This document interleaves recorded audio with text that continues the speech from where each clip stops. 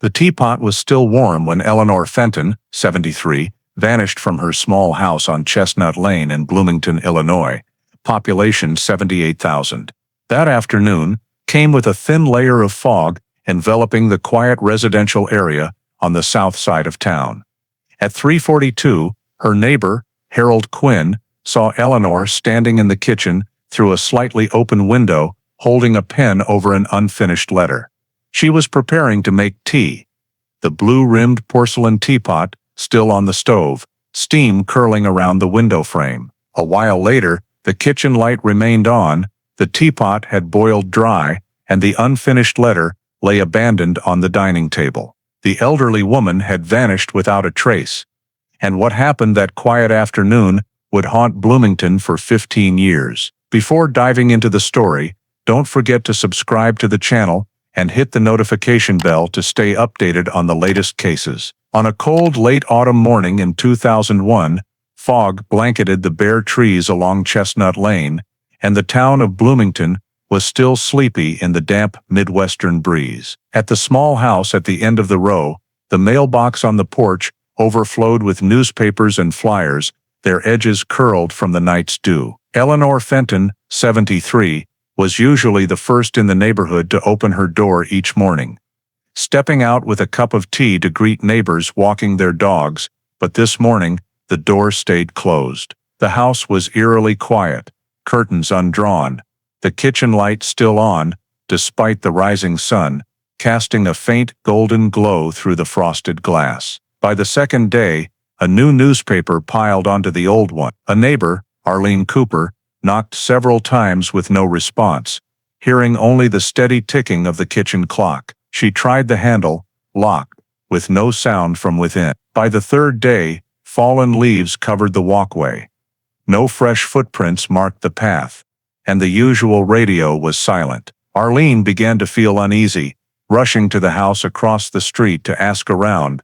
Everyone said they hadn't seen Mrs. Fenton in days. Her pale blue Ford Taurus remained parked in its usual spot, a light layer of dust on the windshield, untouched for at least a few days. In Peoria, over an hour's drive away, Linda Parrish, Eleanor's sister, called her 3 times that morning, hearing only the endless ringing into silence. Linda recalled her sister's cheerful voice from the weekend, talking about baking an apple pie for her grandkids. A growing sense of dread crept in. That afternoon, she tried calling again, still no answer. She flipped through her address book, called Eleanor's closest neighbor, Arlene, and heard the chilling response, "No one's answered the door, and the light was on all last night." Linda paused for a few seconds, then whispered, "She'd never leave the light on like that." By 8 p.m., she dialed Bloomington PD's emergency line, voice trembling.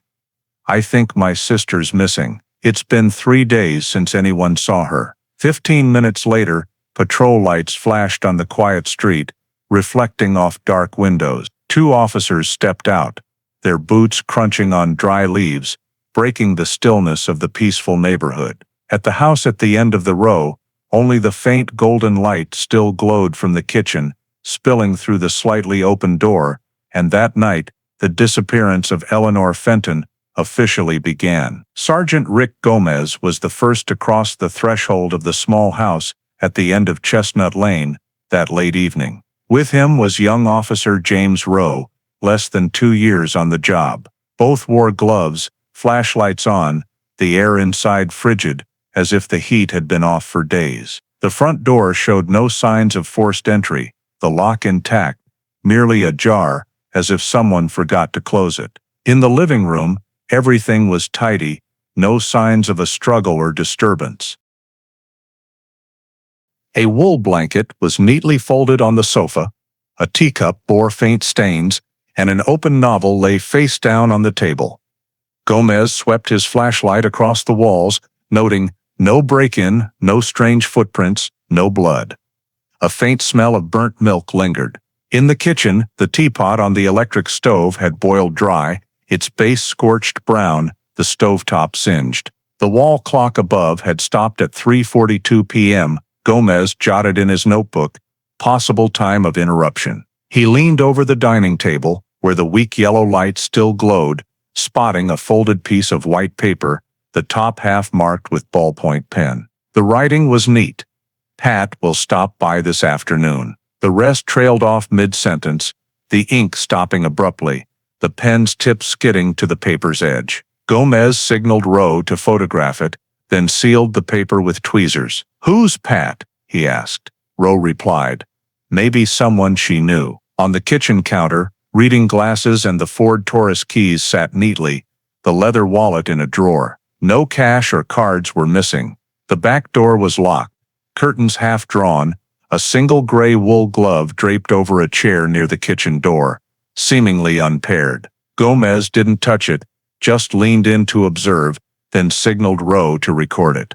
"Mark it as evidence item 3, he said. The bedroom was tidy, the bed made, no signs of a struggle, no windows pried open. He checked the closet, her heavy coat still hung, winter shoes lined up beneath. Clearly, Eleanor hadn't left prepared. As they turned off the lights to leave, Gomez paused at the threshold, eyeing the silent kitchen with the clock stuck at 3:42, the light still on, and the unfinished letter on the table. Something felt off, but not enough to call it a crime. He radioed in, "Unit 412 reporting, no signs of violence or theft. House intact, occupant missing for unknown reasons." Dispatch requested his initial report by midnight. Outside, a light rain fell, reflecting patrol lights on the slick road. Gomez sat in the car, writing in steady, firm strokes. Scene intact. No forced entry. No struggle. Evidence suggests routine interruption during domestic activity. Missing endangered adult. Probable voluntary absence unlikely. Beside him, Rose stared quietly at the silent street, bare trees trembling in the wind, murmuring, "A house like this, no sound, just frozen midlife." Gomez nodded, closed his notebook, and glanced at the dashboard clock. 9:12 p.m. He knew, from that moment, Eleanor Fenton's case was no longer a routine welfare check. It was the start of something bigger, colder, that he couldn't yet name. The next morning, Bloomington's sky was overcast, gray clouds hanging low over the old houses along Chestnut Lane. Fog still clung to the eaves as the first police car returned, bringing the McLean County Sheriff's K-9 unit and a small group of local volunteers. Sergeant Rick Gomez stood in the front yard, holding a cold coffee, scanning the empty street. He'd stayed up all night finishing his report, and now, back at the scene, the chill from Eleanor Fenton's house seemed to cling to his coat.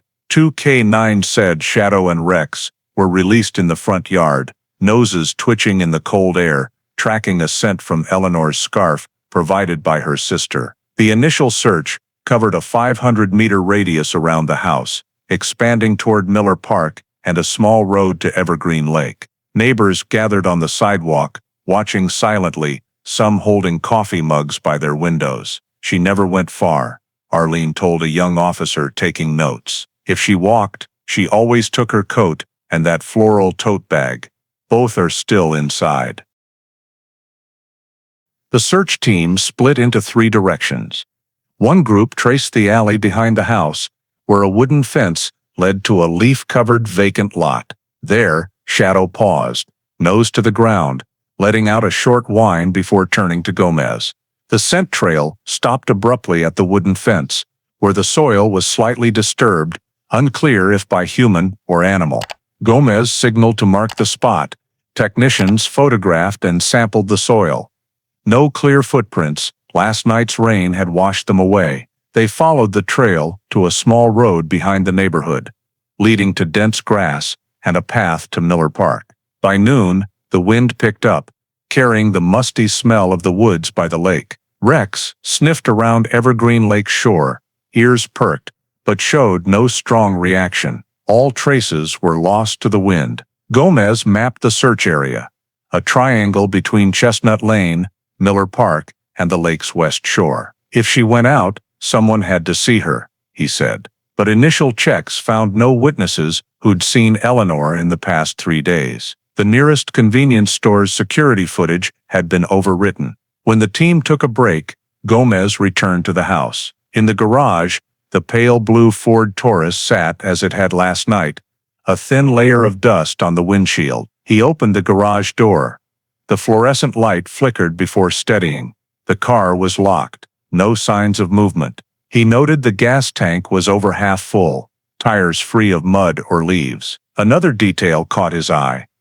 The car keys were still in the kitchen drawer, as he'd seen last night. He wrote, "Vehicle secured, keys inside residence. Voluntary departure by car unlikely." Meanwhile, James Rowe and the forensic team checked the path behind the house, where the fence showed a scent trace. They found small fabric fibers caught on a wooden latch, possibly from a sweater. The samples were sealed for analysis. In the vacant lot beyond the fence, a volunteer found an old coin and a plastic bottle cap, both unrelated. No signs of a struggle, no blood, just silence. By afternoon, a light rain fell. The search continued in the cold wind. A line of people combed every meter of grass around Miller Park, probing bushes and old oaks with sticks. "If she fell or got lost, we'd see something," Gomez said, but by dusk, they found nothing.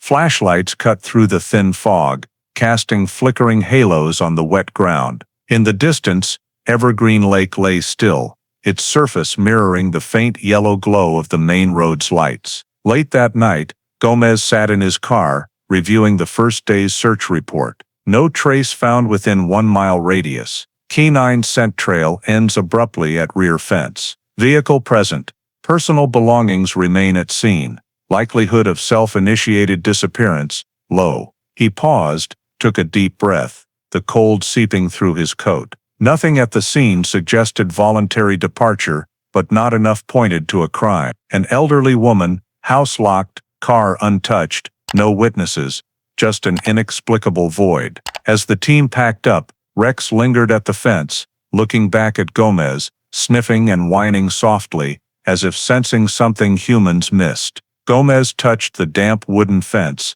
staring into the darkness where the path vanished into the trees. The wind carried the smell of cold earth and lake water. He knew, as the patrol lights faded, Bloomington would return to its quiet facade. But out there, a woman had vanished without a trace, and he sensed this wasn't a simple case of someone getting lost. 2 days after the initial search yielded no results, Bloomington PD launched a formal investigation. Sergeant Rick Gomez was assigned to lead a team collecting statements from those who'd interacted with Eleanor Fenton in the 48 hours before her disappearance.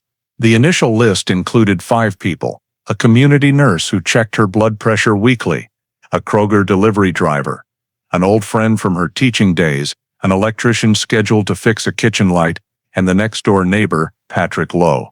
On the morning of October 21st, Gomez and James Rowe visited the community nurse, Donna Marks. She said she last saw Eleanor on the morning of October 15th.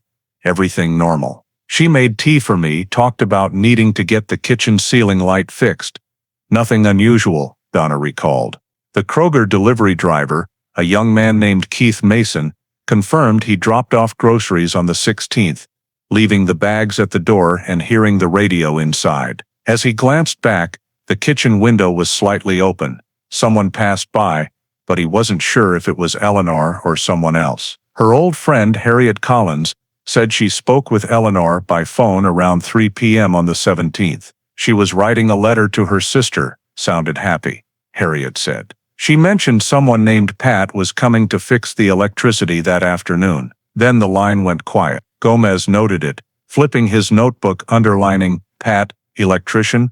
By noon, he and Rowe went to the house next door, where Patrick Lowe lived with his parents. The small white house had overgrown grass. Patrick, 19, an apprentice electrician working part-time for a local company, appeared at the door, uneasy at the sight of 2 officers. "We just have a few questions about Mrs. Fenton," Gomez said. Patrick nodded, holding a small pair of pliers, his fingernails dark with grease. He said he had an appointment with Mrs. Fenton on the afternoon of the 17th to check the ceiling light. "I came by around 4, knocked, but no one answered. The door was locked. The kitchen light was on. I figured she stepped out, so I left," he said. Gomez asked if he entered the house.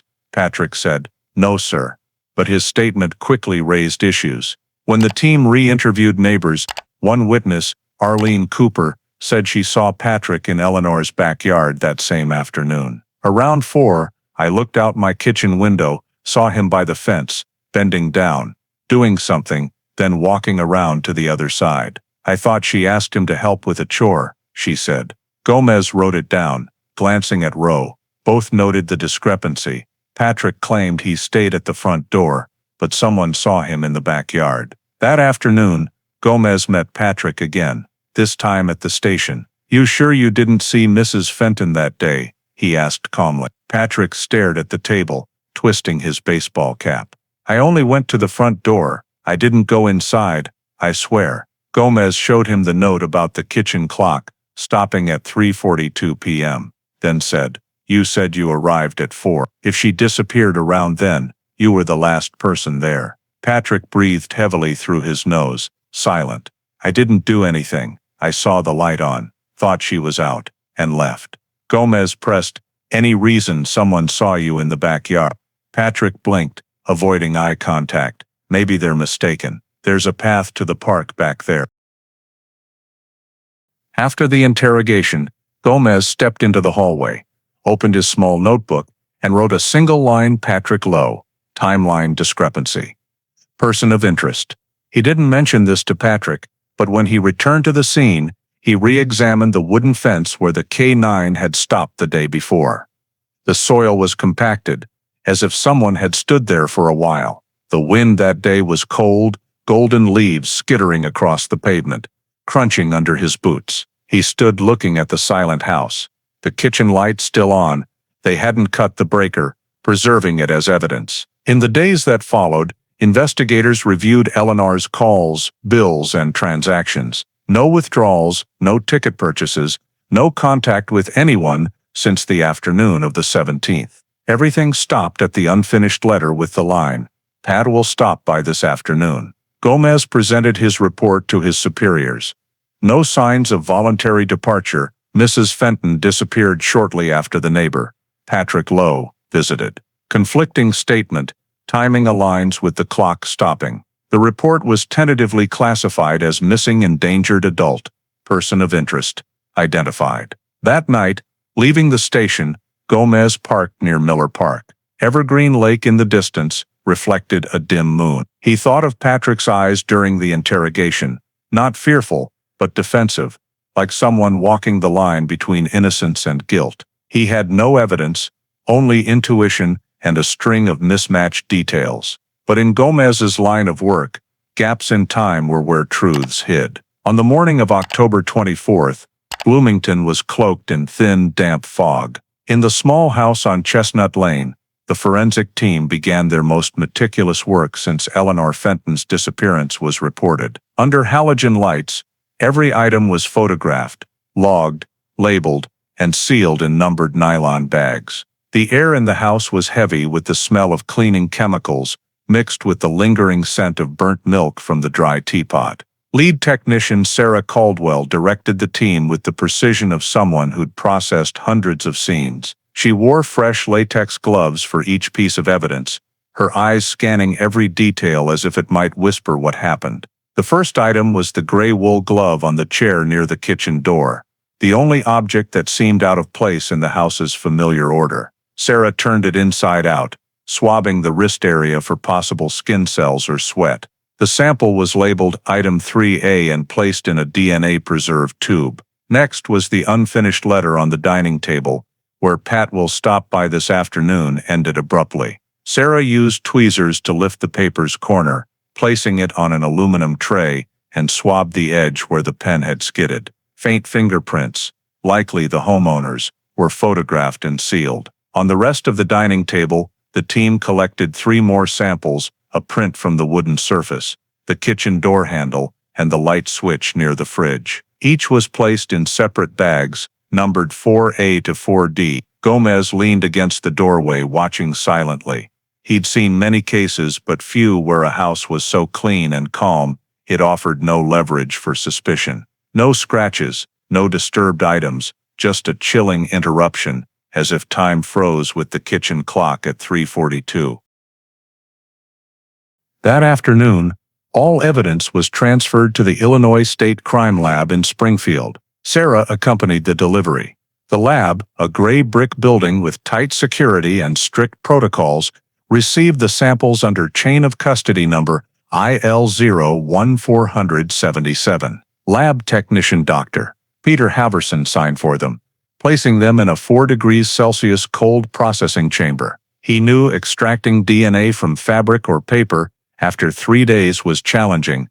Skin cells degrade quickly in humid, non-sterile environments. 3 days later, the first results arrived at the investigation office. The report's bold header read, "DNA analysis inconclusive." The 2-page document cut into Gomez's faint hopes. Samples from the letter and light switch showed mixed DNA, possibly from multiple sources. The gray glove sample yielded only 6 of 13 standard loci for identification via PCR amplification. Haverson's note read, "Partial unknown male DNA detected. Degraded sample. Insufficient loci for CODIS entry." In other words, they'd found traces of a man, but couldn't identify him. The DNA wasn't enough for a national database match, rendering it legally useless. Sarah reported to Gomez, "We'll store the sample at -20 degrees Celsius. Maybe better tech will help reanalyze it someday." Gomez nodded silently. The fingerprint report was no better. All prints in the house matched Eleanor Fenton or her visiting sister. No unfamiliar prints, no shoe marks in the yard, no hair or blood to trace. An investigation so sterile it felt indifferent. At the evening briefing at the station, Gomez presented the findings to the team. On the whiteboard, he wrote 3 lines. No forced entry. Vehicle at scene. Unknown male DNA. "We have DNA," he said. But no one to compare it to. No crime scene. No clear witnesses. A young officer asked, "Could it be the electrician Patrick Lowe?" Gomez looked at him, replying slowly, "Maybe, but without his DNA profile, it's just a theory." He tapped his pen on the table, emphasizing, "Until we can prove otherwise, it's still a missing person with suspicious circumstances." After the meeting, Gomez stayed behind alone. The fluorescent light cast a cold glow on his notes. Partial unknown male DNA, retained for future reanalysis. He looked out the window as Bloomington's rain began. A nagging feeling grew. This wasn't a typical missing person case. It was too quiet, too clean, as if someone knew how to erase their tracks, leaving only a faint trace of presence. A partial DNA strand, not enough to identify but enough to haunt him for years. 2 weeks later, Eleanor Fenton's disappearance became a familiar name on Bloomington's evening news. The Pantograph ran a front-page headline, "Small but stark, retired teacher missing. Police continue search." Below was her photo, a kind face, eyes crinkled behind round glasses, a gentle smile, as if nothing in the world could scare her. But for those involved, especially Sergeant Rick Gomez, that smile only deepened the obsession, because he couldn't find anything proving she was alive or dead. 14 days of relentless searching, dozens of personnel mobilized. They combed the Chestnut Lane neighborhood, extending to West Bloomington, Evergreen Lake, and the old Route 66 toward McLean County. The K-9s returned, but the scent was gone. No body, no blood, no personal items discarded on roads. Volunteers with flashlights and shovels lined up in Miller Park each morning, finding only damp soil and their own footprints from the day before. The investigation checked regional hospitals, from OSF St. Joseph to Advocate Broman Medical Center, cross-referencing unidentified female patients. None matched. No reports from nursing homes or care facilities mistaking a new patient. A statewide alert went out to police stations for wandering elderly. A week later, 0 matches. Gomez and Rowe reviewed records, searching for dementia or cognitive disorder cases, hoping Eleanor might have left in a panic, but every file ended with "no identification possible." All traces stopped at her doorstep. In a morning briefing, Gomez showed a map with dozens of red markers, all searched locations. "We've covered every inch within a 2-mile radius," he said, voice hoarse. "If she's out there, we'd have found her." As winter swept the Midwest, days darkened early, and cold winds stung. Searches dwindled. The K-9 team was recalled, volunteers tapered off, and in the investigation office, Eleanor Fenton's file began stacking with other unresolved cases. The case shifted from high priority to periodic monitoring. On the evening of November 3rd, Gomez sat in his office, staring at his notes. He crossed off pending items, hospital checks done, DNA matching, inconclusive, witness interviews, no new leads. On his desk, a new Pantograph article quoted her sister, Linda Parrish.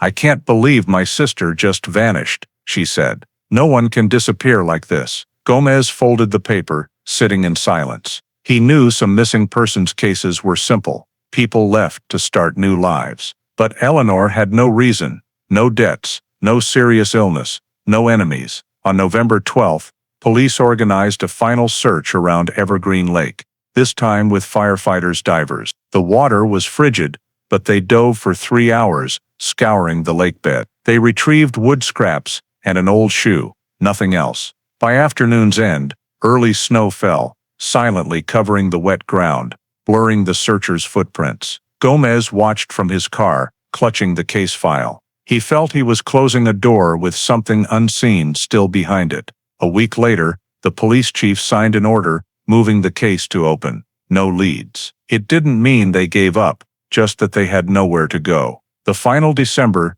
2001 report was brief. After extensive search and forensic testing, no viable leads or physical evidence were found to determine whereabouts of Mrs. Fenton. Case remains open, pending new information. Gomez signed, then filed the case in a steel cabinet, third drawer down, where he kept unresolved cases. The metal door clanged shut, echoing in the empty room. He paused, eyes on the sealed file's label, IL-01477. A simple code, but to him, a symbol of the failure every cop dreads, when all that's left are questions, and time begins to bury the answers. Outside, snow blanketed the road, patrol lights reflected off bare trees. Gomez pulled on his coat, stepped out, his breath forming thin white clouds. He glanced back at the office before turning off the light. Linda's words echoed in his mind, "No one can disappear like this." But that night, in Bloomington, Eleanor Fenton's disappearance became a mystery. A silent void amid the cold and quiet of her first winter gone. In early 2003, with no new leads after a second winter, Eleanor Fenton's disappearance was officially transferred to the Illinois State Police's Special Investigations Unit. Per protocol, all open but stalled cases were reviewed, evidence inventoried, and moved to long-term storage. On a gray, cold February morning, Sergeant Rick Gomez drove to Springfield with a sealed evidence box for case IL-01477. The black plastic box bore 3 red tamper-proof seals, labeled evidence. "Do not open without authorization." In the car, the heater hissed, mixing old coffee's scent with damp plastic and paper. Gomez said nothing during the 2-hour drive from Bloomington to the state capitol. He'd turned over dozens of case files, but none gnawed at him like this one. The retired teacher who vanished without a trace. To him, each piece of evidence wasn't just proof, but a fragment of a person's remaining memory. At ISP headquarters, a massive gray concrete building loomed in the snow. Evidence technician Melissa Grant greeted him, wearing a white lab coat and thick glasses, her expression professional yet kind. "The Bloomington case, right?" she asked. Gomez nodded. They reviewed the box's contents: 1 gray wool glove, the unfinished letter, scene photos, 4 fabric samples, and 2 DNA tubes with insufficient markers. Each item bore a unique code, 01477A12A8. Melissa labeled the box with a marker, scanned the codes into the digital system, and signed the transfer log. "We'll store it all in the DNA archive at -20 degrees Celsius, she said. "Every 6 months we check temperature and packaging. If technology improves, these samples could be retested." Gomez nodded, voice low. Keep them safe. They might be the only things that can still tell the truth. The storage room was deep in the basement, vast and cold, with steel shelves stretching down the corridor. Footsteps echoed lightly on the concrete, mingling with the steady hum of cooling fans. Each shelf held hundreds of plastic boxes, each a case without closure. Melissa placed Gomez's box on the third shelf, row 47, noting in the log, case IL-01477, missing presumed foul play, Bloomington District. Under notes, she added, preserve indefinitely. Gomez watched the box sit among countless others. It looked unremarkable, but inside was an unresolved story of a person.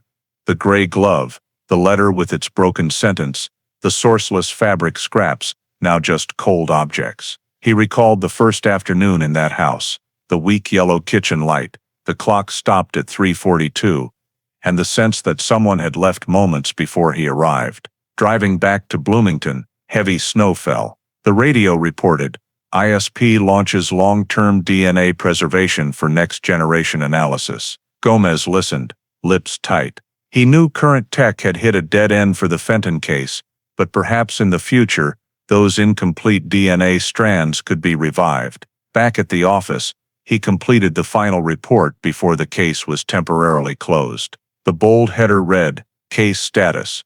Open, transferred to ISP Cold Case Archive. Below were his final notes, all forensic evidence preserved in Springfield facility. Case code L01477, retained indefinitely. Missing presumed foul play. Gomez signed, dated March 11, 2003, and stamped the file's cover in red. That night, as the station glowed under pale fluorescent lights, Gomez stayed alone. He opened his personal notebook, writing one last line under Eleanor Fenton, no closure. Keep an eye if new tech emerges. He closed the notebook, tucking it into his desk. Outside, snow fell lightly, blanketing the station's steps. Bloomington lay silent, and the disappearance of the 73-year-old woman now lived only in a few memories and a small box, neatly stored among thousands, where secrets were never forgotten, only dormant, waiting to be awakened.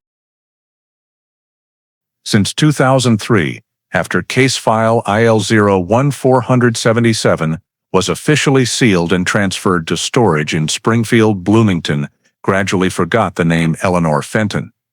The press stopped mentioning her. Those who had joined the search returned to their normal lives, and the small house at the end of Chestnut Lane was sold to a young family from Normal. Occasionally, whispers circulated that in autumn, when the fog thickened, the kitchen light in that house stayed on all night, but everyone dismissed it as coincidence or a collective memory the neighborhood tried to forget. The case faded into obscurity. Each October, the Bloomington Police Department sent a routine report to the Illinois State Police. A single line, no new information. It was more administrative than investigative. The evidence remained in cold storage in Springfield, the unfinished letter, the gray glove, a few fabric samples, all untouched in their box, periodically checked by storage staff. They noted, condition stable, no further analysis required. Patrick Lowe, the only person of interest, also slipped from scrutiny. After a few years in Bloomington, he moved to Springfield in 2006, married, and took a job with a local electrical company. Neighbors said he kept to himself, worked steadily, and drew no attention. By then in his 30s, with short hair and a chiseled face, he spoke softly. To anyone meeting him for the first time, it was unimaginable that this ordinary man had once been questioned in a disappearance. In 2009, he and his wife bought a small house in Springfield's southern suburbs and had 2 children. Everything unfolded as time smooths things over. In the ISP's records, Patrick's name was just a faint note. Interviewed 10/2001, no follow-up. For Sergeant Rick Gomez, who had spent months on the case, life also began to close like the file he once held. He retired in 2010 after 32 years of service. At his farewell party, when colleagues asked which case stuck with him most, he gave a sad smile. A woman vanished, no body, no crime, no answers. We think we've seen it all, but really, we saw nothing. After retiring, Gomez moved to live with his daughter in Peoria, occasionally consulting for young investigators' training classes. He still read ISP's monthly reports, especially updates on cold cases. But for over a decade, Illinois 01477 status never changed. Inactive. No new leads. Each year, in late autumn, when Bloomington was awash in golden leaves, a few local papers occasionally ran small articles on unsolved disappearances. At the bottom of the list, Eleanor Fenton's name remained among dozens of others. Few noticed, except Linda Parrish, her sister, who still sent flowers to Lincoln Cemetery every month. Though there was no real grave, she chose a small plot near a shared memorial for the missing. "My sister never left," she'd say. "No one knows where she is." Meanwhile, at the Springfield Evidence Storage, new technicians rotated through. Each year, the system sent automated inspection alerts. They opened the cold vault, checked temperatures, scanned barcodes, and photographed seals. On the computer screen, the status read, "Condition unchanged. Storage stable." For 13 years, Eleanor Fenton's evidence box sat quietly among thousands of others. In June 2015, a young technician named Laura Chen, newly assigned to storage, noticed case IL-01477 among the oldest preserved DNA samples. She read the note, "Partial unknown male DNA, insufficient loci," and thought, "STR technology has advanced. We might reanalyze this." She sent a preliminary request to her supervisor, but got no immediate response. The file was marked review pending. That same year, the Illinois State Police launched the Cold Case Modernization Program to review long-dormant cases with improved DNA technology. Unbeknownst to anyone, a small case, forgotten for 15 years, would soon be reopened. In Peoria, Gomez, nearing 70, spent mornings reading the paper, drinking coffee, and walking by the lake. Once he stumbled across a brief ISP article about reopening old cases. He nodded slightly, unaware that Eleanor Fenton's name, which he'd written in blue ink on a file cover 15 years earlier, would soon reappear on official documents. Those silent years, 2003 to 2015, felt like a time when everything was buried. No phone calls, no news, no reminders. But somewhere, in a cold vault beneath ISP's basement, the gray glove lay sealed. It didn't know time, didn't age, didn't forget. It only waited for someone patient enough to open the box and let the truth breathe again. In January 2016, an internal memo went to all Illinois State Police units. Launch of the Forensic Re-Evaluation Unit for Cold Case Review. Priority on pre-2005 missing persons and unsolved homicides. This statewide plan, initiated by ISP's new director, aimed to leverage second-generation DNA technology and expanded federal databases. The goal was to revisit cases where biological evidence was once deemed insufficient in the early 2000s. In Springfield, over 2,000 files were pulled from storage. Each was a name dusted over by time. Among them, case IL-01477, Eleanor Fenton, missing presumed foul play, appeared on the medium priority list. No body, no identified crime, only incomplete DNA, partial unknown male DNA, insufficient loci. But for the FRU, it was an ideal case for new technology. Detective Mara Collins, 37, was assigned to the Bloomington area. Known for her meticulousness in violent crime investigations, she could read old files as if they were unfolding live. She received IL-01477 on a cold February morning. The faded cover read, "Transferred 2003, Springfield Evidence Storage." As she untied the string, fine dust rose, the smell of old paper mingling with time's dampness. She sat at her desk, turned on the lamp, and read from the start, every report, transcript, and handwritten note by Sergeant Rick Gomez. The first report began, "Scene intact.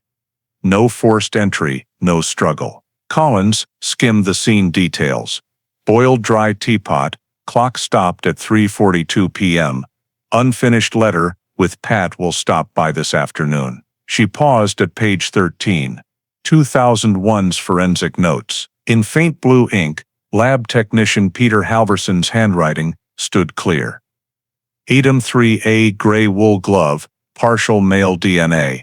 Degraded sample, insufficient loci for identification. At the page's bottom, someone likely Gomez had penciled. Keep sample. Could be key someday. The note made Collins pause. She carefully turned the pages, reaching the final conclusion. Case closed as open. No leads. 15 years of silence, all in a few thin sheets.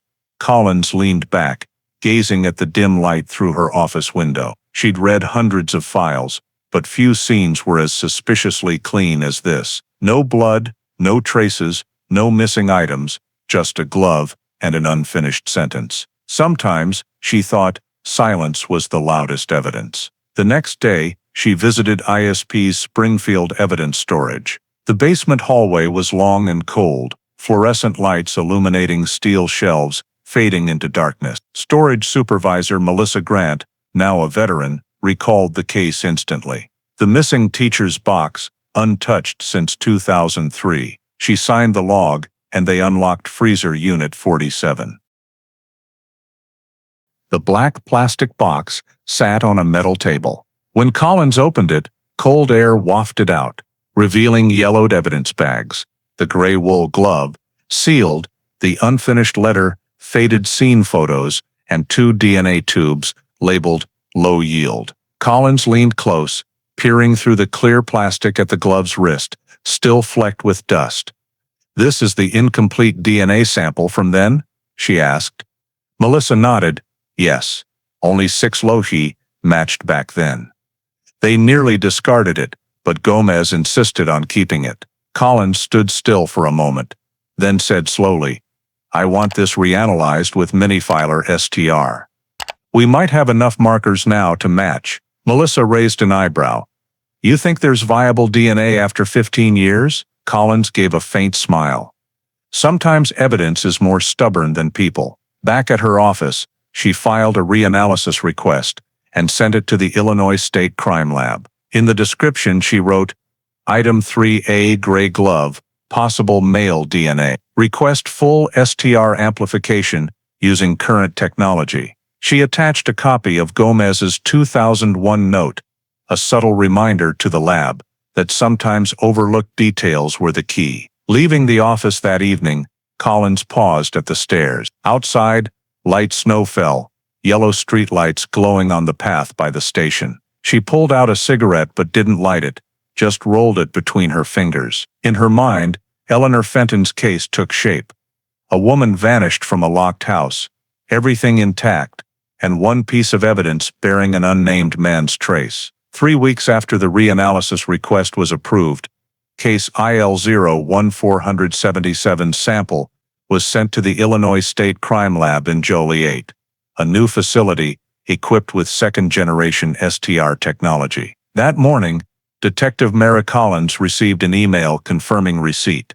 Item 3A gray glove. Condition stable. Process scheduled under minifiler STR amplification protocol. At the email's bottom, the lead analyst's name was bolded.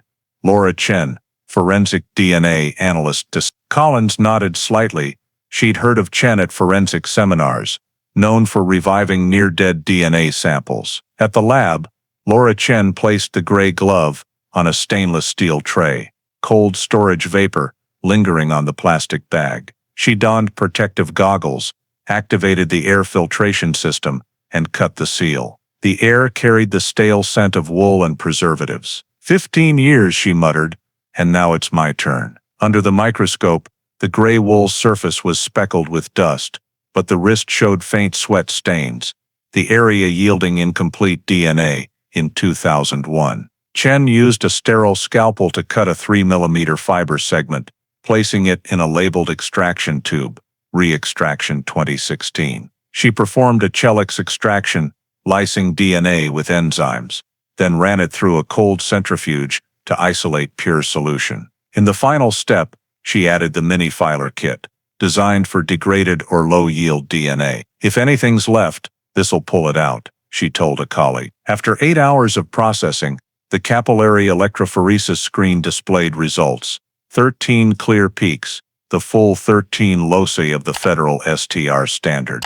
Chen leaned toward the screen, her voice soft but excited. "We've got a full profile." The string of letters and numbers was cold, but to her, it was the voice of someone silent for 15 years. She verified signal quality, ensuring no contamination. The DNA was coded as Fenton GLV DNA 1601 and entered into CODIS. In the search query box, Chen selected National and Familial Search. When she hit Enter, the screen flashed, "Searching, estimated time, 2 hours."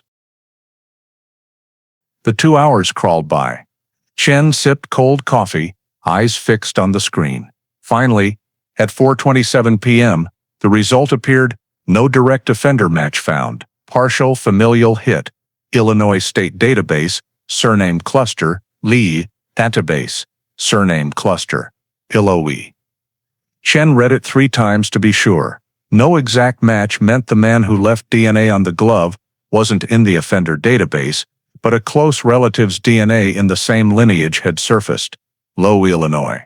The Joliet Labs report reached ISP's data center the next morning. In the familial hit, follow-up required folder, one line stood out: ILOE surname cluster, strong partial match. ISP's criminology unit immediately began screening all lows within a 200-mile radius of Bloomington. The search yielded 13 names, mostly in Springfield, Peoria, and Decatur. Only one had lived in Bloomington in 2001, Patrick Lowell Lowe, born 1982. Former address, 19 Chestnut Lane, next to Eleanor Fenton's house. When the list reached Detective Mara Collins' desk, she didn't need to read further to know her next step. The words Bloomington 2001 quickened her pulse. She reopened the old file, yellowed pages rustling under her desk lamp. In the witness statements section, Patrick's name topped the list, with Gomez's handwritten note in blue ink. Interviewed twice, last to see victim. Timeline inconsistency approx. 30 minutes. Person of interest. Collins sat silently for a few minutes, eyes on the report's final line. She hit record, her voice low and steady in the quiet room. Patrick Lowe, neighbor, 19. At time of disappearance. Last witness to see victim. Genetic link to scene DNA. Familial match probability, first-degree relative. Recommendation, verify identity. Current activities, obtain confirmation sample. She sent the recording and a summary report to her supervisor. An hour later, the response came. Proceed with discreet investigation, no contact with suspect until DNA confirmation. The order was signed that day, marking the first step of active pursuit. On Monday morning, April 18, 2016, Springfield's air was crisp, a thin fog draping young trees. Detective Mara Collins started her car at 6:45, gripping 2 legally signed surveillance warrants, allowing collection of Patrick Lowe's publicly discarded samples for DNA comparison. The previous night, she and Detective Alan Rowe had planned meticulously: no approach, no dialogue, no alerting him. They needed a fresh biological sample to answer 15 years of silence. Per tracking data, Patrick visited Southwind Park each morning, walking his Labrador Duke, before heading to a construction site. Collins and Rowe were there early, parked far under an oak. As the sun rose, Patrick appeared, gray jacket, baseball cap, holding a coffee and a pack of Marlboros. He sat on a wooden bench by the lake, took a few sips, then lit a cigarette, exhaling thin smoke. Collins watched through binoculars, noting the time 7:12. As he stood to leash Duke, she saw him stub the cigarette on the ground, extinguish it, and toss it into a nearby trash can. Rowe whispered, "Clean sample." Collins nodded.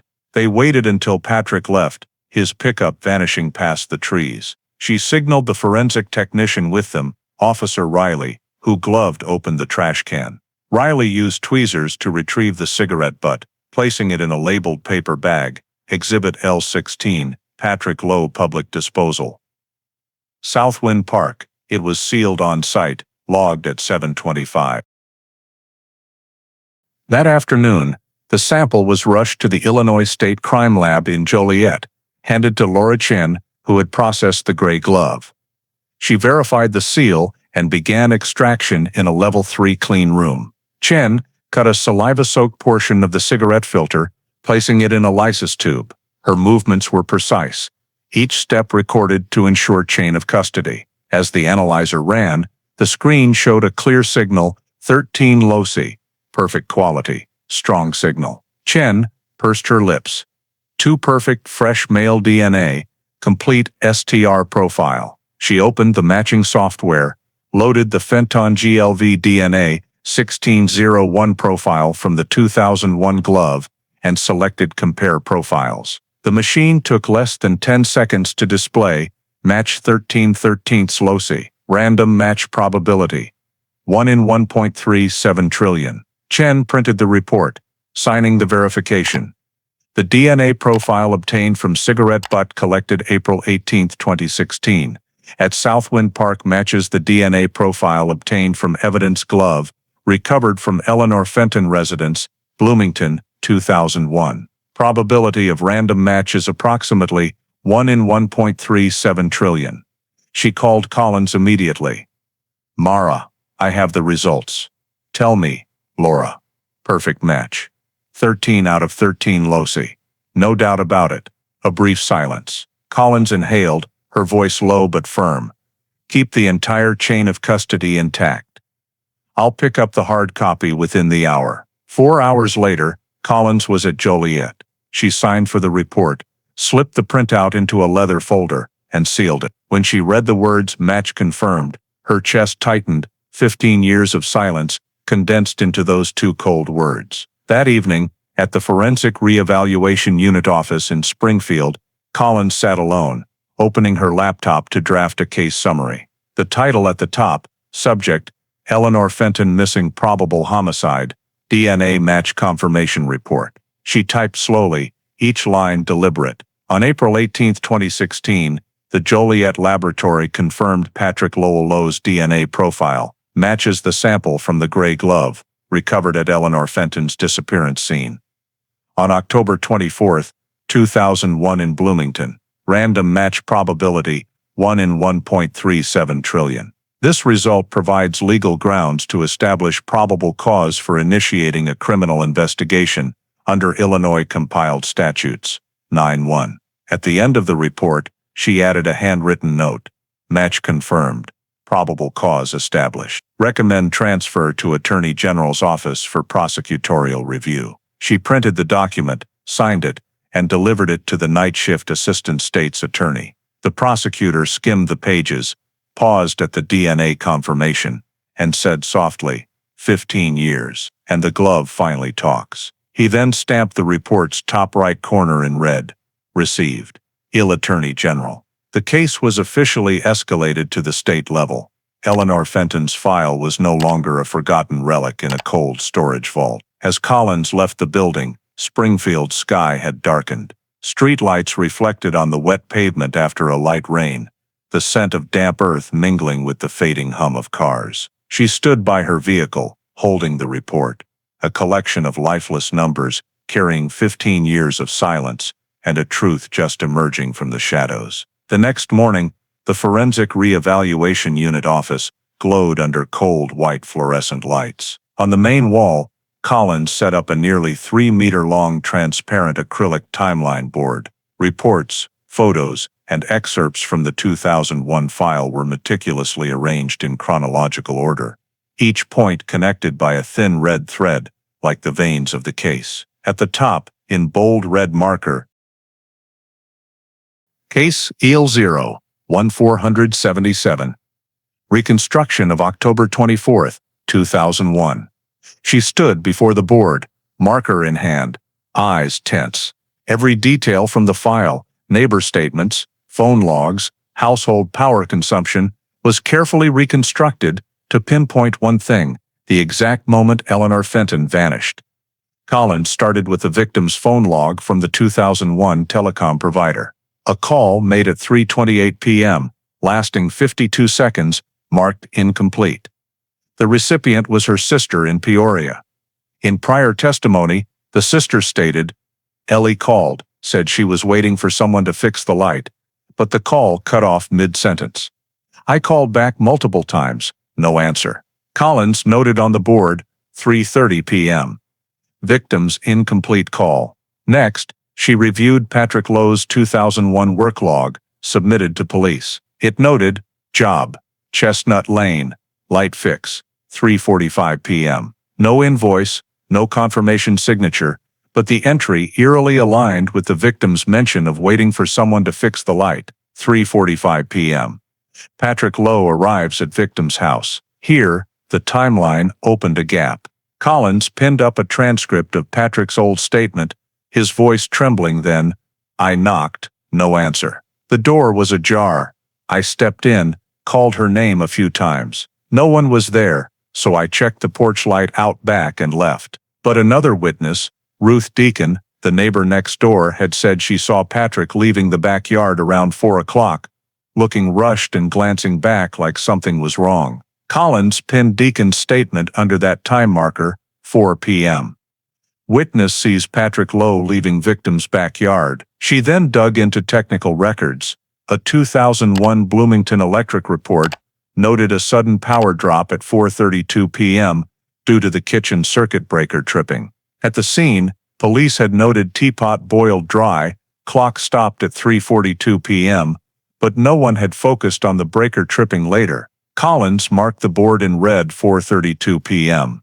Circuit breaker tripped. She turned to ISP's electrical technician, Tom Granger, and asked, if the breaker tripped then, could it be from a short circuit or manual intervention? Granger reviewed the data and replied, no signs of a short. Someone flipped the breaker manually. That's common during electrical work or to hide unusual power activity. Collins nodded, eyes fixed on the timeline. That left a 30-minute window between 3:45 and 4:15. The time no one knew exactly what happened in the small house on Chestnut Lane. Collins pinned up Gomez's 2001 note, possible interaction between victim and subject, no signs of forced entry, scene intact. She connected the points with red thread 3:30, incomplete call, 3:45, Patrick arrives, 4:10.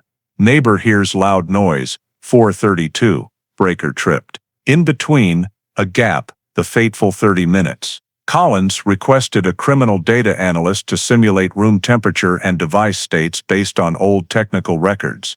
The kitchen heat sensor recorded a peak of 208 degrees Fahrenheit at 3:41, then a steady drop until 4:35, aligning with the breaker trip.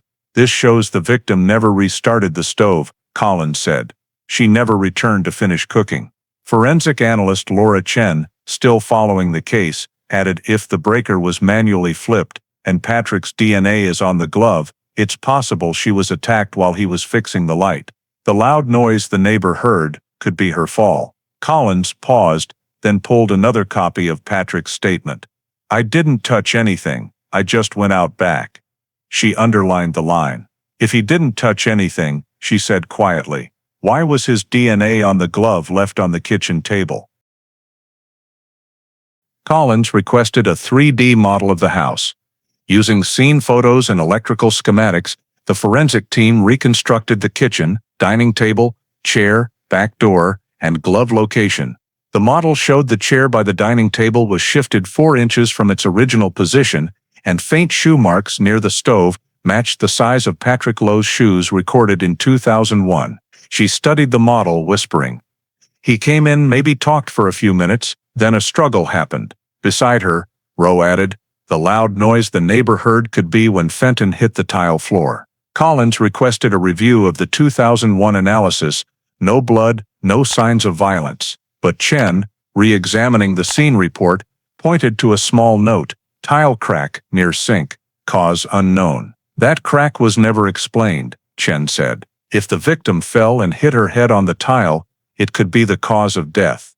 Collins went still. In her eyes, the pieces clicked. The cut-off call, Patrick's arrival to fix the light, the loud noise, the tripped breaker, the glove on the table, all forming a seamless line of tragedy. On May 5, 2016, Collins held an official reconstruction briefing before the cold case team and state prosecutors. On a large screen, the 3D model glowed as she spoke calmly but firmly, based on evidence analysis, electrical data, statements, and phone records. The most likely window for Eleanor Fenton's death is 3:45 p.m. to 4:15 p.m. on October 24, 2001. 3:30. Victim makes call, interrupted. 3:45. Patrick Lowe arrives to fix light, present at scene. 4:10. Neighbor hears loud noise, likely a fall. 4:32. Breaker manually tripped, likely to conceal an incident. The 30-minute gap between 3:45 and 4:15 p.m. is the reasonable time frame for the events leading to the victim's death. She paused, scanning the room. No evidence suggests Fenton left the house after 3:30 p.m. No phone activity, no vehicle movement. Patrick Lowe's DNA was found on the glove left in the kitchen. Together, this establishes strong probable cause. A prosecutor asked, "Do you believe this was an accident or intentional?" Collins replied slowly, "It may have started as an accident, a fall, a collision during electrical work, but tripping the breaker and leaving without reporting suggests concealment. That's why we view this as manslaughter with concealment." The room fell silent. On the board, the red thread connecting the 4 time points looked like a wound stitched shut after 15 years. Collins stared at it, then said softly, as if to herself, "We can't bring her back. But at least we now know the moment time stopped, at 3:45 p.m., October 24, 2001. In her notebook, she added the final line from the meeting, "Timeline reconstruction complete.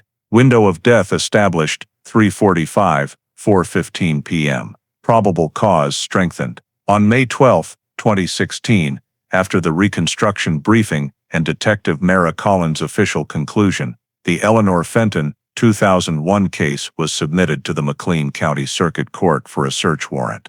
The legal basis included 3 points: 1 DNA match between suspect Patrick Lowe and the glove sample from the scene, 2 reconstructed death timeline, aligning with Lowe's presence, and 3 evidence suggesting the suspect concealed electrical traces at the victim's home. That afternoon, Judge Ruth Albridge signed the warrant. In bold, Warrant Number Men 2016-45, authorization for search and seizure at 412 West Chester Drive, Springfield, Illinois, residence of Patrick Lowell Lowe. Early on May 14, Springfield's sky was overcast. The 6-person warrant execution team from the Illinois State Police, plus 2 forensic technicians, left headquarters at 5:30 a.m. Collins led directly. She wore no police vest, just a plain brown coat. As the convoy reached the West Chester Drive neighborhood, fog lingered. Local police had lightly cordoned the area, ensuring minimal attention. Patrick Lowe was served the warrant at 6:12 a.m. He opened the door, disoriented, in a t-shirt, stunned as Collins presented the document. "We have a legal warrant from McLean County Court to search your home and vehicle," she said evenly. Patrick stammered, I don't understand what's happening. I haven't done anything wrong." Collins didn't respond, signaling the forensic team to begin recording and marking areas. The 2-story house was divided into 8 search zones: living room, kitchen, garage, basement, office, storage room, backyard, and the Ford F-150 pickup in the garage. Technician Officer Riley logged the start time, 6:27. All actions were recorded by 2 handheld cameras. Basement. In an old wooden cabinet, officers found a plastic box of electrical tools, faint label reading, LUE Electric 2001. Inside were pliers, screwdrivers, copper wire coils, and a black industrial-grade trash bag, the same brand as those used at Fenton's scene. Collins noted in the log, item #4, industrial-grade trash bags, similar composition to those at Fenton residence. A technician pointed at the bag. "Not many use these at home, they're for construction sites," Collins said quietly. "Preserve it as is, seal everything." Office. On a shelf, they found a dusty photo album containing a picture of a silver-blue Ford pickup, license plate BLN 019, Registered in 2001, reported scrapped in 2004. In the photo's corner, his wife had written Patrick's first work truck. Collins paused at this. A 2001 file note read, "Neighbor reports seeing blue pickup near Fenton's house at 4:30 p.m., October 24th. She turned to Roe. "If that truck's still in a storage lot, we need to check it." That afternoon, the team coordinated with Springfield Auto Storage, where seized and scrapped vehicles were kept. In the back lot, they located the silver-blue Ford F-150, plate BLN019, logged in August 2004 after the owner bought a new vehicle. Though rusted and missing its rear bed, the cab was intact. Forensic technicians scanned the interior with UV light. Under the passenger side rubber floor mat, they found a small dark brown stain, the size of a fingertip, aged. The material was scraped, sealed, and labeled Vehicle Sample #1, brown stain passenger floor. The sample was rushed to the Joliet lab that day, handed to Laura Chen. 3 days later, results arrived. The organic sample contained mitochondrial DNA, matching Eleanor Fenton's matrilineal profile, confirming a high likelihood the victim was in contact with or transported in the vehicle. Chen wrote in the technical report, "Partial mitochondrial sequence from vehicle sample #1 demonstrates a 100% match with matrilineal DNA obtained from Fenton family reference. Given degradation level, sequence is sufficient to confirm biological contact." Collins read it, her heart pounding. This evidence tied the final thread from the glove on the kitchen table in 2001 to a forgotten truck cab over a decade later. She noted in her investigation log, "Vehicle evidence confirms victim's biological presence. Supports hypothesis body removal post-incident, using suspect's pickup truck." On the afternoon of May 20th, the investigation team met at ISP headquarters. Collins presented the summary. Nuclear DNA from glove matches Patrick Lowe. Mitochondrial DNA in truck matches victim's matrilineal line. Electrical tools and industrial trash bags match 2001 materials. Truck photo and witness statement confirm pickup's presence at scene. When she finished, State Prosecutor Martin Bell nodded. "Enough for a preliminary arrest warrant. We need to secure evidence before he reacts." Collins closed the file, feeling a mix of exhaustion and vigilance. A case that seemed like a simple disappearance now had the shape of a deliberate crime. A fall, a death, a body removed in a truck bed, leaving 15 years of silence. That evening, driving back to Bloomington, the local radio played a brief report on Illinois' Cold Cases Reopened program. Collins heard the anchor say, "One of McLean County's longest-running missing persons cases is seeing significant progress." She turned off the radio, glancing in the rearview mirror. Behind her ISP headquarters red lights faded, like a blood stain dissolving in water. In her coat pocket, the completed search warrant and organic trace evidence spoke for the woman who vanished. She knew the next step was no longer about searching, but confronting. On the morning of May 24, 2016, early summer winds carried heavy moisture from the Sangamon River. At the Springfield field office of the Illinois State Police, Detective Mara Collins sat in Interrogation Room 3, looking through the one-way glass. Inside, a bare metal table, 2 chairs opposite each other. On the table, a water bottle, a printed Miranda rights form, and a brown file marked IL-01477. E. Fenton case. She checked her watch, 8:57 a.m. In the hallway, 2 officers escorted Patrick Lowe in. He wore a blue shirt, jeans, his face clean-shaven, eyes eerily calm. As the door closed, Collins stood, introducing herself. "I'm Detective Mara Collins, lead on the cold case unit. Patrick, today we're talking about Eleanor Fenton's disappearance in Bloomington, October 2001. Patrick pursed his lips, nodded. "I remember that case. I gave my statement back then. I've got nothing to hide." Collins sat, opened her notebook, voice soft but clear. "I know. That's why I want to hear it again in your own words." 15 years later. He leaned back, hands clasped. I said everything. I went to her house to fix a light, didn't see anyone, and left. Maybe she stepped out. I don't know. Collins let a few seconds pass, then said quietly, "Do you remember the time?" "Around 3:30, close to 4. Did you see or hear anything unusual?" Patrick shook his head. "No, just remember the door wasn't locked. I stepped in, called her name a few times. No answer. I checked the back porch and left. I told the police exactly that back then." Collins looked at him, then placed a sealed envelope on the table. She slowly opened it, pulling out a scene photo. The gray wool glove on Fenton's dining table. "Do you recognize this?" Patrick frowned. "No, never seen it. Your glove was found in her house. DNA extracted from it matches you." He raised an eyebrow, leaning forward. "That's impossible. I didn't leave a glove there." "DNA after all these years?" "We retested it with new technology. Mini-filer STR. 13 out of 13 loci matched. It's certain." The room's air grew heavy. Patrick fell silent, his hands tightening. Collins continued, voice steady. "Also, Eleanor Fenton's DNA, specifically mitochondrial from her maternal line, was found in your old Ford F-150, stored since 2004. Care to explain that?" Patrick looked up, eyes flickering, then exhaled deeply. I told you it was an accident." She got shocked. "I panicked. I didn't mean to kill anyone." Collins stopped writing, looked at him. "An accident?" He nodded, voice trembling.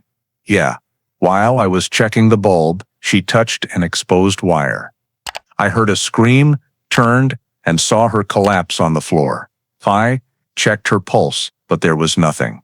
I'd had a minor juvenile record. I thought they wouldn't believe me. I panicked, so I put her in the truck, meant to take her to the hospital, but I ran." Collins stared into his eyes. "And you hid the body?" Patrick lowered his head, voice softer. I don't remember. I just remember driving, then dumping a trash bag. I didn't want to hurt anyone." Collins stayed silent. She let the quiet stretch, a technique she'd learned from Gomez years ago. Sometimes silence drew out more than questions, but Patrick just sat, eyes on the table. Finally, Collins slid the file toward him. "Patrick, DNA doesn't lie. It's in your glove, in your truck, and matches the time Fenton vanished. We need you to tell us clearly, what did you do after leaving her house?" Patrick swallowed hard. His eyes darted between the table and the door. Then he said, voice hardening, "I've said everything. I didn't kill her. It was an accident. I'm done talking." Collins nodded slowly. She pulled the Miranda right sheet from the file. "You have the right to remain silent. Anything you say can be used against you in court. You have the right to an attorney. Understood?" Patrick nodded, silent. She signed the log. Subject invoked right to silence at 10:42 a.m. 2 officers entered, initiating custodial detainment for the primary suspect in a disappearance involving homicide. As they let him out, Patrick turned to Collins, his eyes a mix of fear and frustration. "You don't understand. I just wanted to help her." The door closed, leaving an echo of metal. Collins stood, looking through the clouded glass. On the other side, her reflection stared back, patient, cold, but heavy with an inner weight. In the internal report sent that evening, she wrote, "Subject, Patrick Lowell Lowe. Interview date the 24th of May, 2016. Summary. Suspect initially calm, denied culpability. Upon presentation of DNA evidence, admitted accidental contact resulting in victim's death, claimed panic and flight, refused further statement. Status. Detained for probable cause, homicide with concealment." Collins closed the file, sitting still for a moment. In her mind, the pieces were aligning. The fall, the tripped breaker, the glove, the truck. But one gap remained, where the body was hidden. And she knew the hardest part of the investigation still lay ahead. May 25, 2016. Springfield's morning was veiled in light fog. Interrogation room 3 remained cold, gray-walled, with a metal table, and the mingled scents of coffee and damp paper. Detective Mara Collins entered at 9:05 a.m. with 2 steaming coffee cups. Patrick Lowe was already seated, hands lightly cuffed in front. The previous night, he'd been held in McLean County Sheriff's Office after refusing further cooperation. Collins knew today was pivotal. She placed a coffee cup before him, gently. "You haven't eaten breakfast. I thought you'd need something warm." Patrick glanced at the coffee, gave a slight nod, his hands trembling.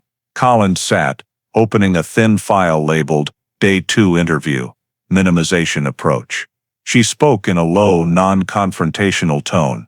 "Patrick, yesterday I heard you talk about an accident. I understand things can happen. Nobody wants bad outcomes, but your silence makes it hard for me to help you." He stayed quiet, eyes on the table. Collins continued, her voice softening. "I don't think you're a bad person. I think you faced something unexpected and lost control. But for people to understand, you need to tell it all. Let me hear the real story before prosecutors step in." Patrick took a deep breath. His back hunched, shoulders tense. Collins paused for a moment. She pulled a photo of Evergreen Lake from the file. It's still, misty water, 10 miles northwest of Bloomington. Then she spoke, more suggestive than accusatory.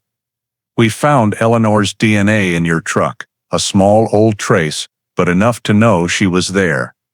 No one thinks you meant to kill. Maybe you were scared, panicked, didn't know what to do. I need you to help me understand what happened that afternoon." He looked up, eyes red from lack of sleep. His voice was hoarse, almost a whisper. "I didn't mean to. I swear to God." "I believe you," Collins said softly. "So what happened?" Patrick clenched his hands, then released, leaning slightly forward. "I went to fix the light, as scheduled. She said the dining room light was shorting. I thought it was just a loose wire. When I tested the switch, the breaker tripped. I said it needed a full replacement, about $15. She accused me of overcharging." He swallowed hard, his eyes darting between the table and wall. I got mad." She raised her voice too. "I remember saying something stupid like, 'If you don't pay, I'll leave this light dark.'" She stepped close, pointing at my face. I raised my hand, not to hit, just to get her to back off. She slipped, fell, her head hit the kitchen counter. The room went silent. Collins heard only his heavy breathing. "She was unconscious," Patrick continued, voice shaking. "I knelt, shook her, called her name. No response. I didn't see blood, but her head, it wasn't moving. I panicked. I knew I should have called 911, but I was scared. I had a minor record from when I was 17, stealing tools from a shop. I thought the police wouldn't believe me." Collins nodded slightly, not interrupting. The minimization tactic required reducing perceived guilt, making the suspect feel understood to open up.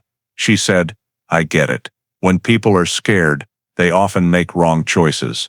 But I need to know what you did next."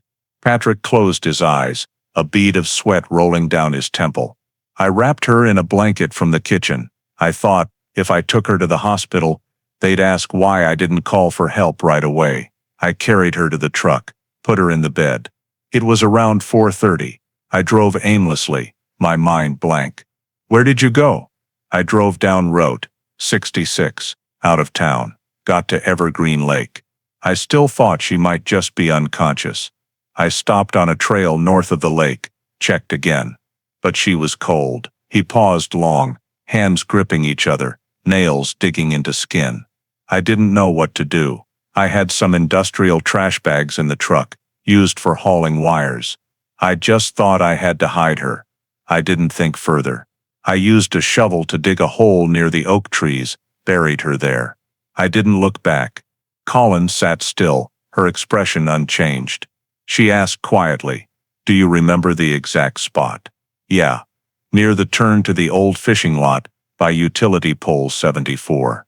I never went back, but I still dream about it." She nodded, sliding a blank sheet toward him.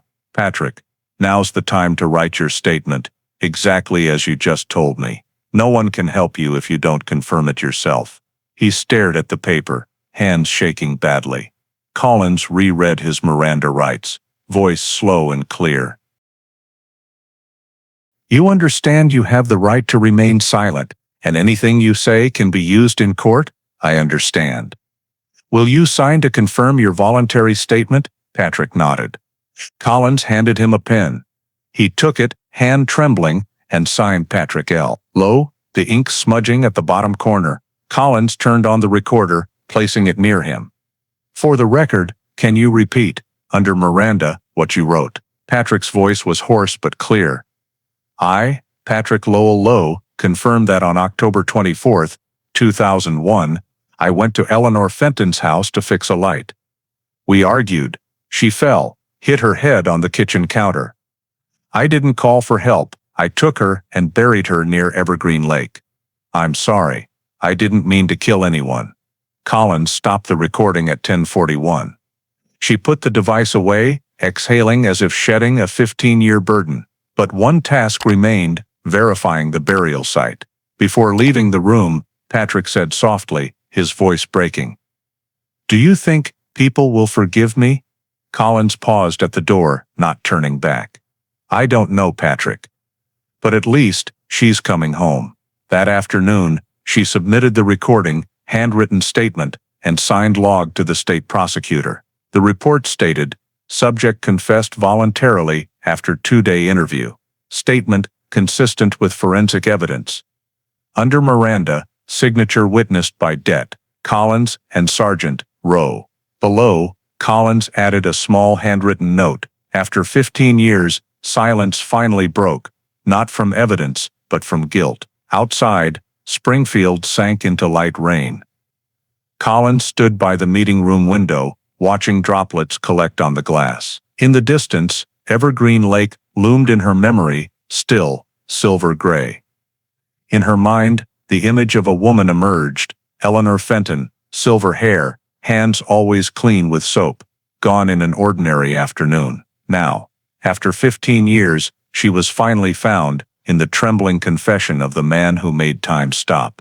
3 days after the confession, Bloomington was drenched in May showers. Early rains made the ground around Evergreen Lake soggy, thick fog cloaking the old oak trees. At dawn, the Illinois State Forensic Team arrived, with Detective Mara Collins, bringing ground-penetrating radar, topographic cameras, and a map of the site Patrick Lowe described in his statement. North Trail by the lake, near Utility Pole 74. Collins stepped from the car, mud clinging to her boots. The air was thick with moss and lake water. Under the trees, the team set up flagged markers for scanning zones. She checked her watch, 6:42 a.m. Forensic engineer Riley Nunez, operating the GPR, adjusted the antenna, saying quietly, "The soil here was disturbed years ago. If there's a grave, the radar will detect density changes." Collins nodded. She ordered scanning to begin from the trail, where Patrick said buried near the oaks, by the water's edge. The GPR hummed softly, wheels rolling slowly over the ground, scanning in parallel strips. Each time a wave reflected on the screen, Riley leaned in, checking for abnormal patterns. At 8:17, the screen showed a small depression, about 70 centimeters deep, 1.5 meters long, matching a human burial. Riley circled it, marking with red stakes. "Clear density shift," he said. "The compaction's unnatural, likely dug and refilled." Collins stood still, light rain pattering on her hood. She scanned the area, rows of oaks, just as described. Nearby was the trail to the abandoned fishing lot. Her pulse quickened, 15 years, and this could be the end. At 9:03 a.m., excavation began. Each soil layer was removed with small shovels, careful centimeter by centimeter. The damp, darker soil mixed with old roots. A faint metallic scent lingered. At 60 centimeters deep, forensic technician Kelly lowered her voice. "Something's here." She brushed lightly with a trowel. Under portable lights, an ivory bone fragment emerged. A small, clear piece of an arm bone, The team fell silent. Collins stepped closer, kneeling, staring at the bone rising from the earth. Cold, fragile, yet patient. An hour later, they uncovered a nearly complete skeleton lying on its side, head facing the lake. Alongside were remnants of a green synthetic blanket and a small rusted metal hairpin. Collins recognized the detail instantly. In the 2001 file, Fenton often used metal hairpins, 1970s style. Each piece was numbered, photographed, and placed in separate evidence bags. Surrounding soil was collected for analysis. Before moving the remains, Collins removed her gloves, standing silently by the pit for a moment, whispering, "We've found you, Eleanor." The remains were transferred to the Illinois State Forensic Lab in Peoria. Identification took days, as soft tissue had nearly decomposed. Chief Medical Examiner, Dr. Karen Ortiz, oversaw a second excavation in the autopsy room. A femur sample was selected for DNA extraction. On June 1, 2016, a preliminary report confirmed skeleton belongs to a female, 65-75 years old, approximately 5'3" tall, consistent with Eleanor Fenton's medical profile. The skull showed a 5 cm occipital crack, likely from a heavy impact, matching Patrick Lowe's claim of falling and hitting the kitchen counter. The bone sample was sent to the Illinois State Crime Lab for nuclear DNA analysis. Laura Chen once again handled it. Despite the bone's decay, she extracted enough genetic material using mitochondrial resequencing and nuclear amplification. 11 days later, results arrived. The report went straight to Collins. DNA extracted from bone sample matches reference DNA from the biological sister of Eleanor Fenton. Collected 2001. Probability of random match, 1 in 10 billion. Collins set the report down, inhaling deeply. 15 years, it was no longer missing. That afternoon, she flew to Bloomington, delivering the results to State Prosecutor Martin Bell. In the meeting, she summarized, the remains found at Evergreen were identified by DNA as Eleanor Fenton. The skull's structure proves fatal blunt trauma. Data fully aligns with Patrick Lowe's confession. Bell nodded, voice low.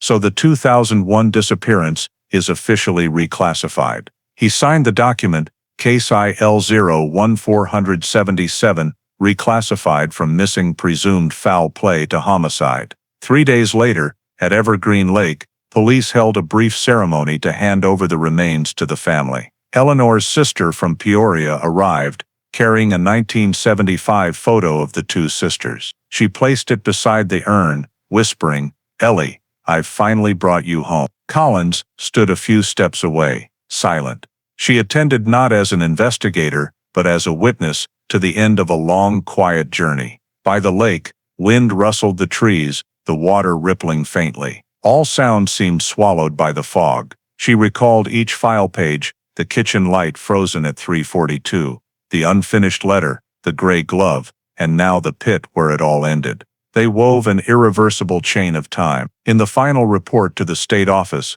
Collins wrote, Summary. Remains recovered May 28, 2016 from north shore of Evergreen Lake. Location consistent with suspect's confession. Forensic examination confirmed blunt force cranial trauma consistent with accidental impact. DNA match with known biological relative of Eleanor Fenton. Case officially reclassified as homicide. Involuntary manslaughter with concealment. Below, she added a handwritten line, "After 15 years of silence, the earth itself returned her name." That evening, Collins left the scene after the forensic team packed up. The western sky turned deep purple. She glanced back at the lake, moonlight faintly reflecting on rippling water, where for 15 years it held the secret of a gentle woman, a mistake, and a truth the earth remembered.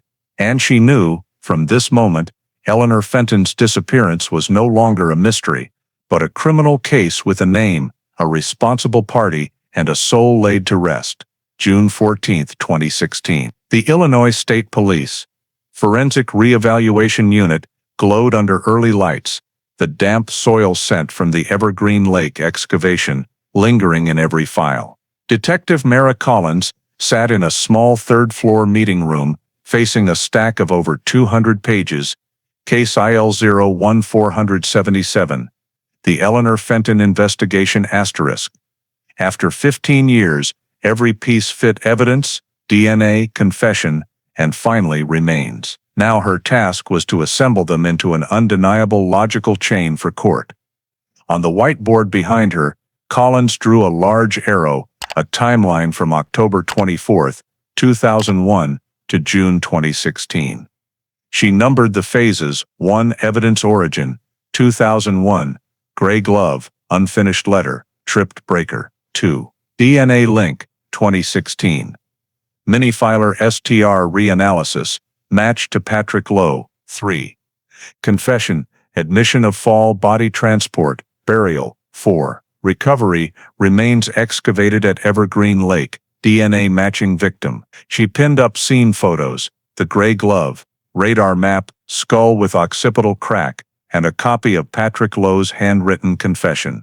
The wall now displayed the case's full scope, scattered evidence, now linked into a complete causal chain. Collins opened the final forensic file, stamped in red by Dr. Karen Ortiz, Illinois' chief medical examiner. Cause of death: blunt force trauma to the occipital region of the skull, consistent with impact against hard surface. Manner of death: homicide.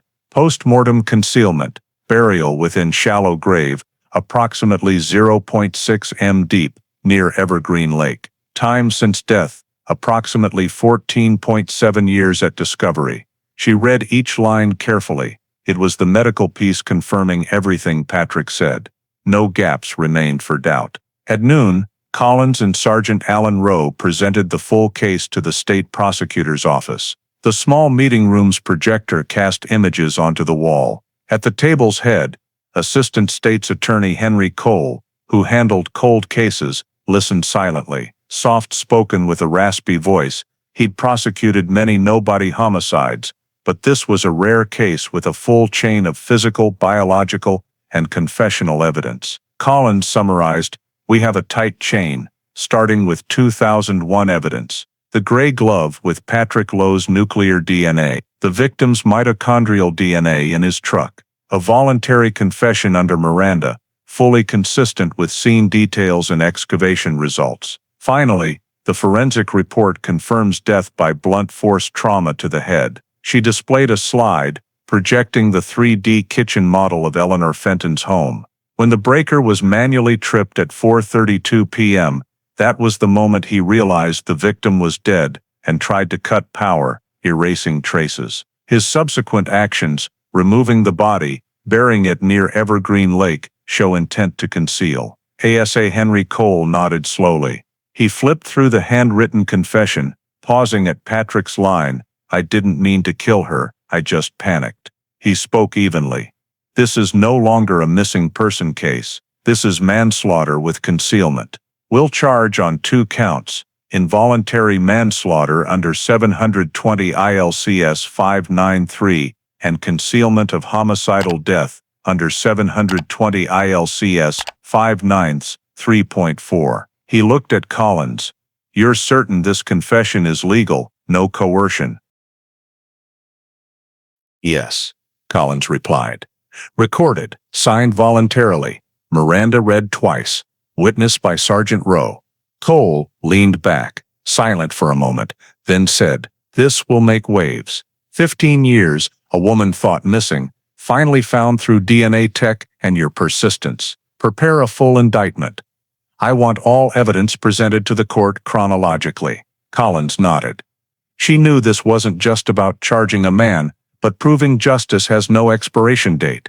That afternoon, at the FRU office, she and the tech team finalized the case file. Each piece of evidence was recoded. Exhibit 1, gray wool glove, male DNA profile. Exhibit 2, trash bags, matching Everclean industrial brand from Fenton residence. Exhibit 3, vehicle sample, mitochondrial DNA match to victim. Exhibit 4, confession transcript and signed statement. Exhibit 5, remains recovered, DNA match to victim, cranial fracture evidence. All were packaged, sealed, and transferred to a large evidence box marked chain of custody, complete. As she signed the final transfer log, a quiet feeling washed over her. 15 years ago, when Gomez wrote, "Keep sample, could be key someday," he likely never imagined that note would reopen the entire case. McLean County Courthouse, Bloomington, Illinois, June 28, 2016. The sky was bright, but the courtroom air felt heavy, like before a storm. Rows of citizens, reporters, and familiar investigator faces lined up for courtroom 2. The case of State of Illinois versus Patrick Lowell Lowe drew attention not only for the crime's chilling nature, but for the 15-year journey from missing to manslaughter. Patrick entered in an orange jumpsuit, wrists bearing cuff marks. He avoided cameras, his face gaunt, hair prematurely gray. In the back row, Detective Mara Collins sat quietly in a gray blazer, her closed file before her. She had nothing more to say. The case now belonged to the court. The trial began at 9:07 a.m. Judge Ruth Albridge, who had signed the search warrant a month earlier, presided. Assistant State's Attorney Henry Cole prosecuted, while Defense Attorney Richard Mendez from the Public Defenders Union represented Patrick. Cole opened with a concise, firm statement. 15 years ago, a woman named Eleanor Fenton vanished from her Chestnut Lane home. Police found no body, no witnesses, no culprit. But one small piece of evidence, a gray wool glove, was preserved. In 2016, science gave it a voice, DNA perfectly matching the man before you today. He turned to the jury, voice emphatic. This evidence isn't memory or testimony. It's genetic data. 13 Lowe matched. Odds of error 1 in a trillion. It places Patrick Lowe at the scene, at the exact time Eleanor Fenton died. He held up the test result, certified by the Illinois State Crime Lab, signed by Laura Chen. This is scientific truth. No one can change their DNA. Cole presented the evidence chain. The gray glove found at the scene, bearing Patrick Lowe's nuclear DNA. The Ford F-150, Eleanor Fenton's mitochondrial DNA, found in the passenger compartment. Patrick's written and recorded confession, admitting argument, fall, body concealment. Forensic report, death by blunt force trauma to the occipital region, instant fatality. Remains excavation at Evergreen Lake, location fully matching suspect's confession. When the confession recording played in court, Patrick's trembling voice echoed, "I didn't mean to. I just wanted to fix the light. She fell. I was scared, so I hit her." The room fell utterly silent. Linda Parrish, the victim's sister, broke into sobs. Cole concluded his presentation with a quote, "The press later reprinted, DNA spoke for the silent. Today we ask justice to speak for Eleanor Fenton." For the defense, Attorney Richard Mendez stood, striving for a calm tone. No one denies the tragedy of Miss Fenton, but the law doesn't judge remorse, it judges intent. Patrick Lowe had no motive to kill, no intentional violence. This was an accident, an unforeseen fall. He panicked, concealed, wrongly. But he's not a murderer. Pointing to Patrick, he said, "My client has lived 15 years as an ordinary man, with a family, a job, no criminal record, no violence. If he were a killer, could he live so calmly all those years? His actions were wrong, but they were those of a frightened man, not a malicious one." Mendez requested leniency. Patrick had confessed, cooperated in locating the body, and had no serious prior convictions. In rebuttal, Cole responded briefly, "Negligence doesn't erase intentional concealment." He didn't just panic, he chose to bury her, chose 15 years of silence. That silence is the crime. The trial lasted 3 days. Witnesses were called in turn: Technician Laura Chen, Chief Medical Examiner Dr. Ortiz, and Detective Collins herself. She recounted the evidence collection process, her voice steady, unwavering. When Mendez asked, "Do you believe Patrick Lowe is a cold-blooded killer?" she replied, "I think he's someone who let fear turn him into a sinner. But I believe Mr. Gomez was right years ago. The truth is always patient." On July 1, 2016, after final arguments, the judge handed the case to the 12-person jury. The deliberation room door closed. Outside, the hallway clock ticked. Collins sat on a wooden bench, clutching her notebook. Time seemed to stretch endlessly. 8 hours later, 9:26 p.m., the jury returned. The judge asked, "Have you reached a verdict?" The foreperson stood, voice clear. "Your Honor, we are unanimous. The defendant, Patrick Lowell Lowe, is guilty on 2 counts: involuntary manslaughter and obstruction of justice." The room buzzed softly. Patrick bowed his head, eyes shut tight. Linda Parrish sobbed, covering her mouth. Collins sat still, her gaze not triumphant, only heavy. The sentencing hearing followed a week later. Judge Ruth Albridge delivered the final ruling, her voice even, deliberate. The McLean County Court sentences the defendant, Patrick Lowell Lowe, to 14 years in an Illinois correctional facility. The defendant is ineligible for parole or sentence reduction for the first 10 years. Concealment of the body and obstruction of justice are aggravating factors. The defendant has 30 days to appeal. Patrick listened, nodding faintly. As he was led out, he glanced back at the gallery where Collins sat, his eyes quiet. He said softly, "Thank you for letting her rest." Collins didn't respond. She watched him until the iron door closed. That evening, statewide papers ran bold headlines. 15 years after her disappearance, Eleanor Fenton finally gets justice. A smaller subheading, DNA spoke for the silent, ISP Detective Mara Collins said, after the trial. Collins folded the newspaper, set it on the table. The small living room lamp illuminated closed case files. She opened her notebook, writing the final entry, July 8, 2016. Jury verdict, guilty. Sentence, 14 years, no parole for first 10. Case IL 0-1477, officially closed. The silence ends here. She closed the notebook, stood, and looked out the window as Bloomington's dusk faded.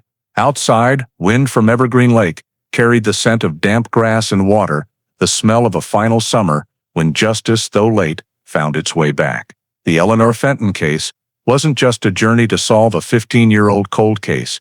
It deeply reflected core values of modern American life: faith in justice, the persistence of science, and personal responsibility in society. The gray glove, forgotten in evidence storage since 2001, symbolized what Americans often believe: no truth is lost, only abandoned by those who stop searching. If Sergeant Rick Gomez hadn't insisted on preserving that evidence, or if Detective Collins hadn't patiently re-examined every file, Eleanor's disappearance would remain an anonymous void among thousands of open no-leads cases. In today's fast-moving American society, where collective memory is easily erased by new headlines, this story reminds us that persistence and respect for the past are the foundation of justice and humanity itself. Patrick Lowe's confession didn't come from coercion, but from the weight of conscience, showing that truth can be buried but not forgotten. The lesson for all: do the small things right from the start.